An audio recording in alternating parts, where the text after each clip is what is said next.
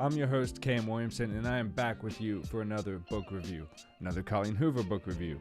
Without Merit. This is a standalone book, not a part of a series, and boy, oh boy, is it interesting. If you've never seen my videos before, I'll read the back of the book to give you a general outline.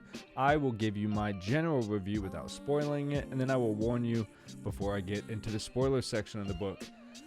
Buckle up. That's all I can say. If you've read it already and you're going to stay to the end, double buckle up, because I'm going to give my raw, real feelings about it. And if you're going to bail after the general summary, well then just give this video a thumbs up now and subscribe, and you'll see everything else I put out. Love you, and here we go. The Voss family is anything but normal. From the irritatingly perfect older siblings to the little brother who isn't allowed to eat or do anything fun. Then there's Merit. She collects trophies she hasn't earned and secrets her family forces her to keep while browsing the local antique shop for another trophy. She meets Sagan. He's witty and idealistic and sparks renewed life into her. Until she learns that he's completely unavailable, Merit retreats deeper into herself, watching her family from the sidelines. When she learns a secret that no trophy in the world can fix. Fed up with lies, Merit decides to shatter the happy family illusion that she's never been a part of, leaving them behind for good. But when her escape plan fails, Merit is forced to deal with the staggering consequences of telling the truth and losing the one boy she loves. Okay, so if you've ever read Colleen Hoover, #Coho before, you know, we got romance. It's going to be based in trauma, right? That's all her books, always based in some trauma. I was not expecting anything that came even after I read the back of this book. The Voss family, you hear about she collects trophies she didn't earn. I'm thinking like her family's forcing her to pretend that she's this great overachiever when they're out in public, when in reality she hasn't. That's not what happens at all.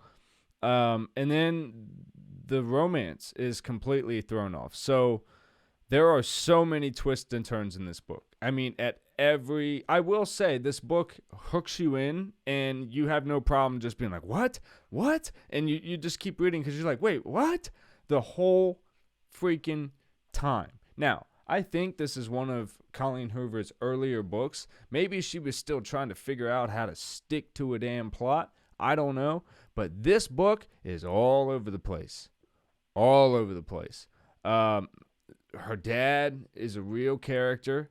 I'll tell you this much, but without spoiling anything. They live in a renovated, like an old church that they've turned into their home out of spite for a local pastor in the area due to his dog, which, there's a dog in the book. If there's any dog lovers, spoiler alert, you're not going to like this one.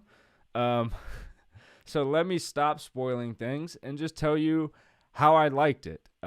Merit is obviously the main character's name, so without Merit, you hear that she tries to make a great escape and it fails. I'll leave that to what the back of the book has said if you want. And if you want any like alerts or trigger warnings, I'll throw those right before I go raw in the spoiler section. This was a good book. I enjoyed it. Not my favorite Colleen Hoover book. It was a little too all over the place. I feel like she tried to include a few too many complications into the situation where at the end you were like, I still feel icky about all this. I don't feel good about reading this book. And after I read this book, I've started to notice that as I'm reading every Colleen Hoover book, I'm picturing most of them like in the same house. Like a dark, dim-lit, creaky floors, like in every single book. And it just makes you feel kind of yucky. Like the whole setting, because I think it is so based in trauma, it makes you feel bad after you read it. And even this one, it digs so deep into so many like off-kilter things. You're like, wait, what? It deals with mental health. It deals with sexuality. It deals with mental health deeply. Yeah. We'll give this one a 3.5 out of 5, leaning more towards a 4 than a 3. Out of 10, we'll give this one a 7.5. So again, I'm not sitting completely neutral at 7. I'm leaning more towards I liked it, but oh boy, buckle up. Okay? Now, cutting to spoilers in 3, 2, 1. Now we can go. Okay, trigger warnings, guys. There is talks of suicide.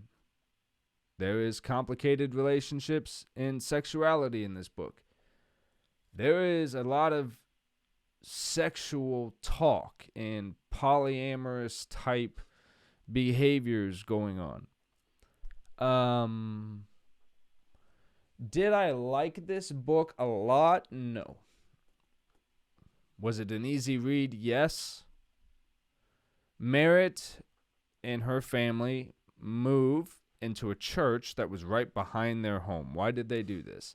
There was a dog that used to bark in the back of this church all day and all night, keeping Merritt's father up. So out of spite, when he somehow realized the church was up for sale, he bought it and turned it into their family home just to spite this pastor. Okay?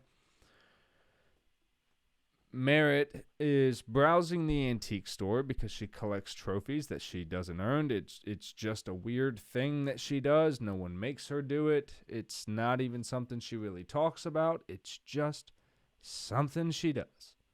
I don't know why they make such a big deal about it, but it's something she does. And when they say she meets Sagan, he doesn't really meet her at first. She notices there's a guy looking down at her from like a bridge thing, and she's kind of shopping or meandering or whatever. And she's like, wow, this guy keeps looking at me. He's clearly looking at me. Well, then he just walks up to her randomly and says, you bury me, and starts kissing her. And she's like, wait, what? But she goes for it. She likes this guy. She's like, what the hell am I doing? And then his phone goes off, and he answers it and goes, what? Where are you? What? Where are you? I'm looking right at you. What are you talking about? And she realizes, and this is where the story kind of opens up, he's looking for my twin sister, Honor. So Merritt has a twin, Honor. She has a brother, Utah, and she has a smaller brother, Colby. She has a stepmother, Veronica, and her actual mother, Veronica.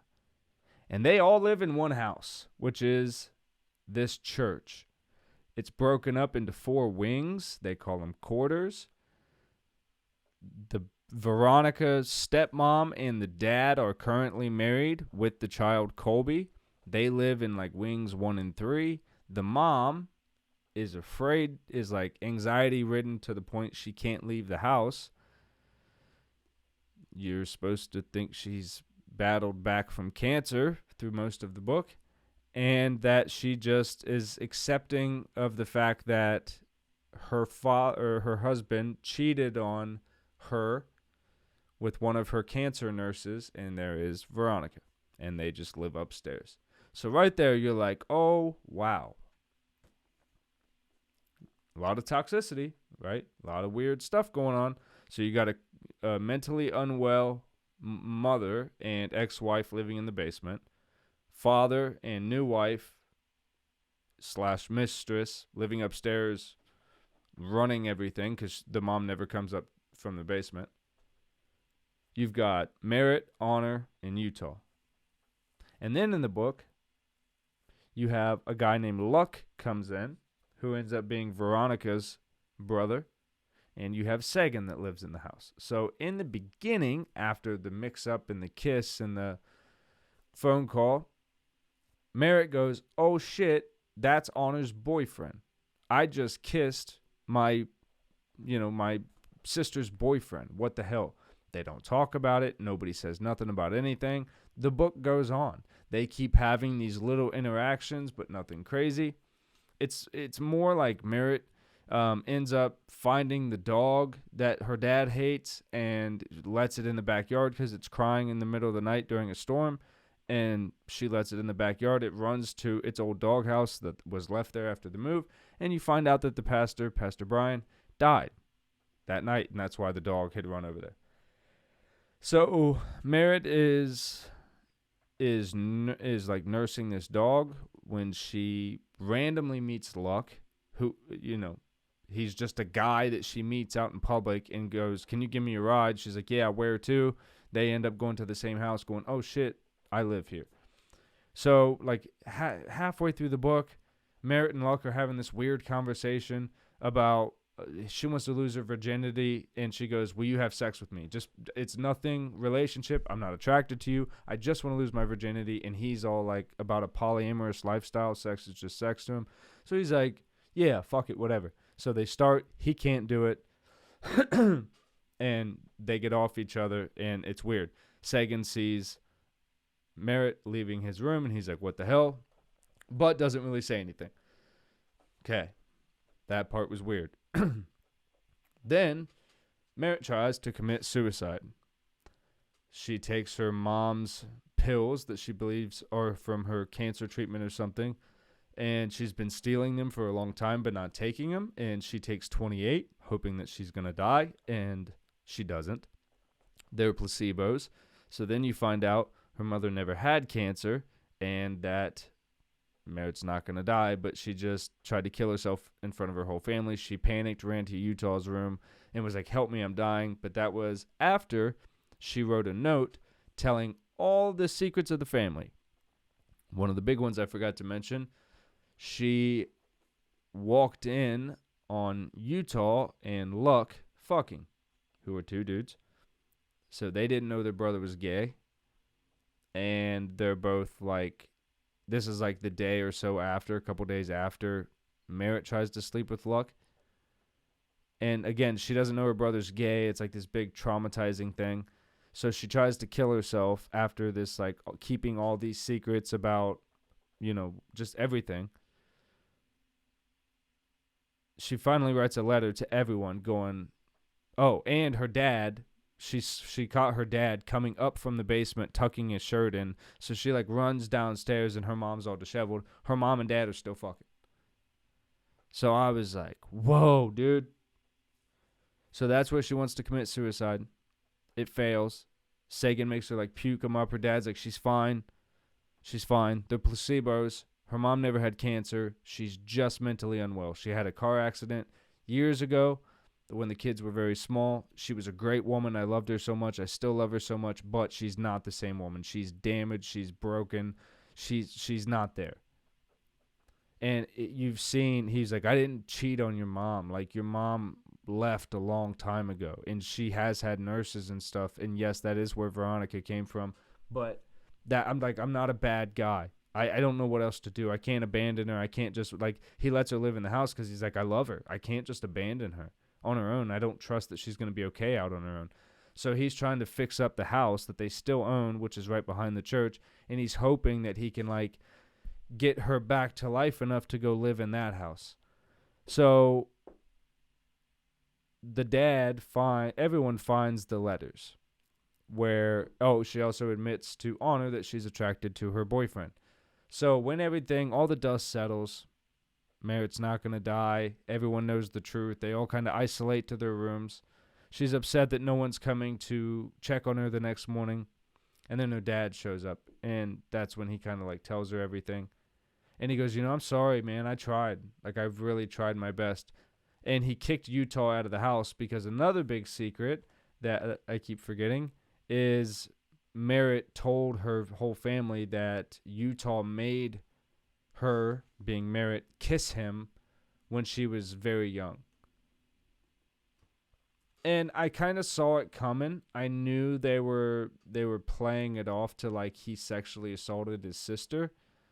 I know that's kind of the theme they were giving it. I saw where it was going, though, because they introduced him and Luck sleeping together, and you were like, oh, he's gay.